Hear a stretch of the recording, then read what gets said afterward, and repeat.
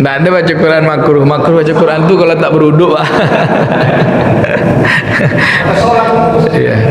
Jadi dalam waktu solat kita baca tabbat yada abi lahabi wa tabb ma aghna anhu malahu wa ma kasaba sayasla naran zatal habi wa imra'atu hammalatal hatab fi jidha hablum mim masad. Kita membaca itu bukan untuk kita. Kita Allah Taala membaca kok. Kan Quran itu firman Allah. Jadi kita baca firman Allah itu Allah sedang bercakap sama kita. Jadi di antara solat itu ada percakapan kita dengan Allah, ada Allah bercakap sama kita. Jadi kita mengingatkan untuk kita, puntung-puntunglah tangan Abu Lahab, tangan istrinya. Kenapa? Ini Allah ingatkan sama kita. Jangan jadi Abu Lahab kamu kan gitu. Tidak ada bacaan Quran makruh, Pak. Makruh kalau tak beruduk. Jadi maaf Pak ya, maaf nih. Kadang-kadang nih, saya minta maaf nih. Kadang-kadang kita boleh Pak ya, jangan tersinggung tak. Kadang-kadang kita nih dalam beragama nih, kadang-kadang suka menggunakan logika. Logika sudah tu hasil menung-menung tu kita bawa dalam hasil manung-manung kata Ustaz Jel. Itu ilmu manung-manung.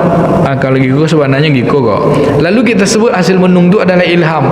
Tunggu dulu, untuk orang-orang yang mendapat ilham itu sebenarnya dia memahami Quran, dia memahami hadis, dia memahami syariat-syariat ilmu fikih, baru boleh dia katakan ini keputusan berdasarkan sumber, ada dasarnya hadis, ada dasarnya Quran, ada dasarnya syariat, bukan hasil menung-menung.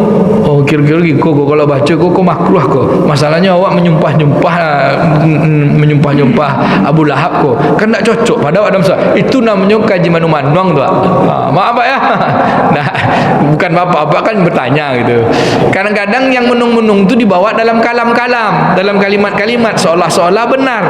Tapi tetap dasarnya adalah Al-Quran, hadis dan penjelasan para ulama yang sanadnya sampai kepada Rasulullah sallallahu alaihi wasallam. Jadi yang berikutnya, jangan tertipu kita dengan hasil pikiran kita sendiri. Kadang-kadang kita kok gitu kok. Kita agar apa?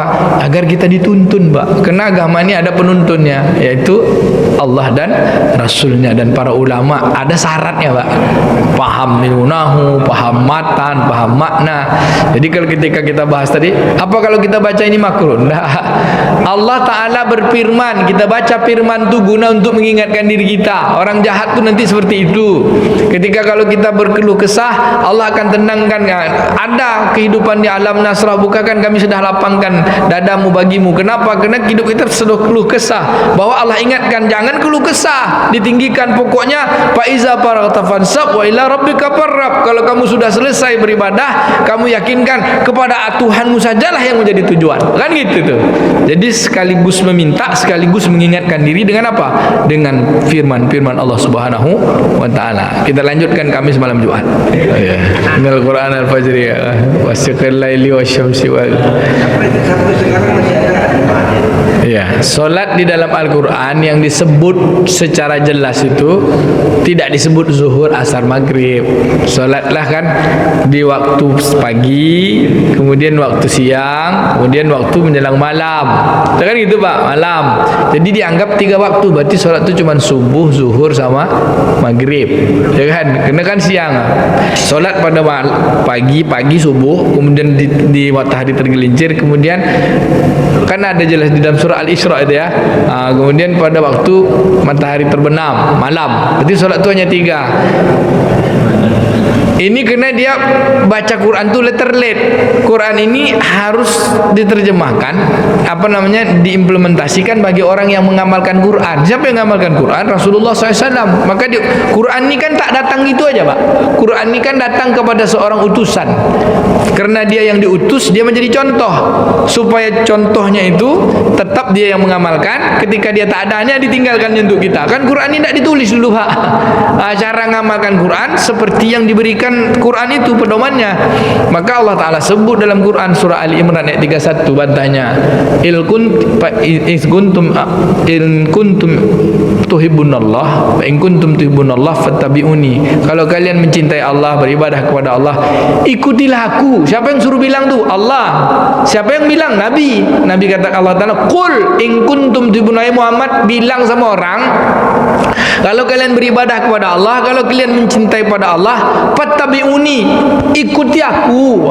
Contohnya aku cara ngamalkannya. Yaghfir lakum dzunubakum wallahu ghafurur rahim. Niscaya Allah akan cinta kamu, Allah akan hapuskan dosa-dosamu, maafkan kesalahanmu. Sungguh Allah Maha Pengasih lagi, Maha Pengampun lagi, Maha Pengasih penyayang. Jadi ketemu orang seperti itu sebenarnya ada tafsir penjelasannya, Pak. Waktu siang itu 3 solatnya. 3 solatnya. Satu siang, zuhur, asar, menjelang matahari tergelincir, maghrib. Waktu malam solatnya 2. Mana solat maghrib? Isya dengan solat malamnya, Isya dengan subuh. Jadi pada bagian malam solat Isya subuh, pada bagian siang solat zuhur, asar, ketika matahari tergelincir, maghrib. Dah 3. Jadi 5 semuanya. Dan kalau dia solat 3, karena dia cuma baca Quran, tak ada hadisnya. Maka untuk mengamalkan Quran ini mesti seperti Rasulullah yang mengamalkan, bukan ilmu hasil manuang-manuang. Jadi itu manuang-manuangnya tuh ya.